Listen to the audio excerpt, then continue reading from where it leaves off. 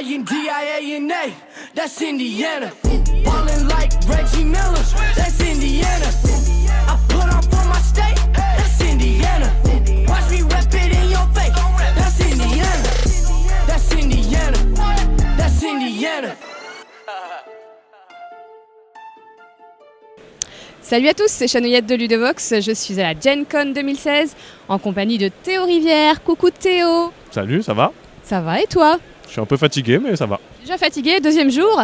À mort, le jet lag c'est les 2 premiers jours où ça dure, après ça ira mieux. C'est cool la Gen Con pour toi? C'est le meilleur salon je pense. Pourquoi? Principalement parce que les gens ils sont là pour jouer à fond, ce qui est vraiment trop cool. Là où ASN il y a un espèce de truc de on va chercher la perle rare du jeu, on va faire 2 tours, après Pouette on va acheter un autre truc. Là les gens ils sont juste là pour jouer, donc t'as des mecs qui jouent à des jeux qu'ils ont à la maison mais ils s'en foutent, ils veulent passer un bon week-end, jouer, voir plein de trucs et s'amuser. Donc c'est... Et Théo Rivière il fait quoi à la Gen Con? Il joue aussi à plein de trucs? Non, j'ai pas joué du tout pour l'instant, c'est un scandale, c'est le 2e jour et j'ai joué à rien du tout. Non, là je suis là pour repos et du coup je suis surtout pour...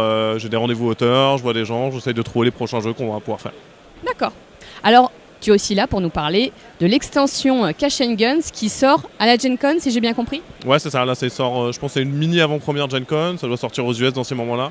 Et ça devrait être en boutique en France d'ici quelques semaines. Là. Ça a été livré chez Asmo. Donc eux ils vont commencer je pense à livrer les boutiques et ça devrait arriver là. Non. Si vous regardez cette vidéo, le temps du montage ça devrait être dans votre boutique. Parfait. Alors qu'est-ce qu'elle apporte cette petite extension? Pas mal de choses. L'idée principale c'est que c'est une extension qui permet de jouer par équipe à Cash & Gun. C'est la grosse idée, c'est pour ça qu'elle s'appelle Team Spirit. Qui change beaucoup de choses en termes de sensations de jeu mais qui rajoute pas énormément de règles. Puisque de manière assez simple, si on est tous les deux dans la même équipe, ça implique que 2 choses. La première, c'est que j'ai pas le droit de te tirer dessus, ce qui est assez logique, je peux pas te viser. Et à la fin de la partie, on va compter tous les deux individuellement notre butin total, et ensuite on va l'additionner. Et on regardera l'équipe qui a le plus de thunes. Pourquoi on les compte individuellement? Parce qu'il y a 2 types de cartes un peu spéciales dans Cash & Guns, qui sont les diamants, qui est un petit système de majorité, et les tableaux, qui est un petit système de collection. Si toi tu as 2 tableaux et moi j'ai 3 tableaux, on n'a pas 5 tableaux au total. Donc toi tu vas compter 2, moi je vais compter 3, ensuite on additionne. Ça implique du coup, et ça ajoute une nouvelle tuile, celle-ci, qui est la tuile d'échange, qui marche exactement comme la tuile nouveau parrain. Donc je l'active, je la retourne, et à chaque tour elle est disponible une nouvelle fois. Qui fait, je choisis une carte face cachée que je donne à mon partenaire, qui me donne une carte du même type. Donc on peut échanger des banques contre des clics, on peut échanger les cartes butin, on peut même échanger nos pouvoirs si on est un peu fou, ce qui arrive un peu plus rarement, mais on peut le faire. D'ailleurs ça permet de créer une espèce de climat de suspicion qui est assez sympa, parce qu'on peut parler entre coéquipiers, mais forcément à voix haute. Donc si je te dis, je vais te passer un tableau, et que tu me passes une merde en échange, forcément les gens ils vont savoir que toi tu as tous les tableaux et ils vont essayer de te tuer. Parce que si t'es mort on compte pas ton butin. Donc il va falloir essayer de réussir à parler un peu à demi-voix et à se faire passer des messages un peu secrets pour qu'on s'échange les bonnes cartes au bon moment. Et du coup c'est assez rigolo. Derrière pour pouvoir jouer à ça, l'extension introduit plein de nouveaux personnages qui ont le même design que les persos du jeu de base et qui permettent de jouer l'équipe des Mexicanos blancs un peu sexy ou l'équipe des Ruskov verts. Enfin bref les gros personnages de Cash & Guns mais en mode familial. Donc ça c'est tout ce qu'il faut pour pouvoir jouer en équipe. Derrière on rajoute, il y a aussi du matos pour pouvoir jouer jusqu'à 9 joueurs, parce que l'extension permet d'introduire un joueur de plus, donc juste des bangs et des clics, assez simplement. Et derrière il y a un nouveau module également qui est le module mercenaire, qui est une sorte de jeu par équipe avancé si on veut, dans lequel on joue avec ces personnages là qui sont des grosses tuiles. On joue avec 4 personnages seulement par partie. Au début de la partie on en révèle 4, c'est les mercenaires qu'on va pouvoir corrompre pour pouvoir les avoir dans notre équipe. Comment ça se passe? On a ces tuiles là qui sont aux couleurs des équipes, donc marron, verte, blanche et rouge. Et on a encore une fois une grosse tuile au milieu comme le bureau du parrain ou les échanges, qui est la tuile corruption d'un mercenaire. Donc je l'active et au tour d'après elle est de nouveau active.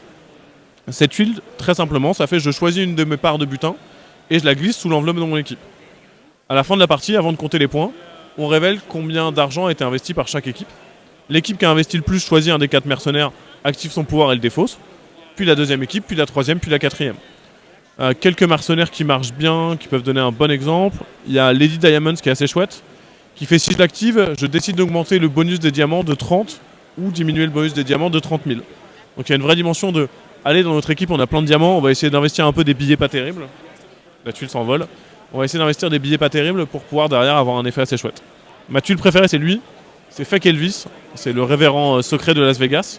Si jamais j'active la tuile, je vais marier 2 joueurs de la même équipe. Ce qui fait que tous les deux on n'a pas réussi à bien se coordonner. T'as un peu de tableau, moi aussi, t'as un peu de diamant, moi aussi, c'est pas terrible.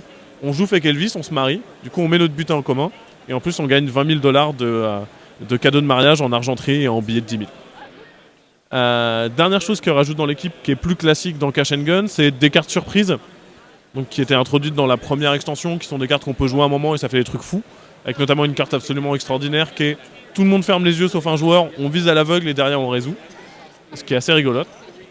Et on a rajouté 4 nouvelles cartes pouvoir, où ce qu'on a vu c'est que les gens dans les cartes pouvoir, ce qu'ils aimaient c'est les pistolets. Alors on a fait 4 pistolets, qui sont le Magnum, qui s'appelle pas le Magnum parce que c'est une marque déposée, mais qui est un Magnum en soi, qui est le plus gros pistolet qu'on ait fait dans cette nouvelle édition de Cash and Guns, qui est tellement intimidant que si je vise quelqu'un qui me vise, il est obligé de changer de cible.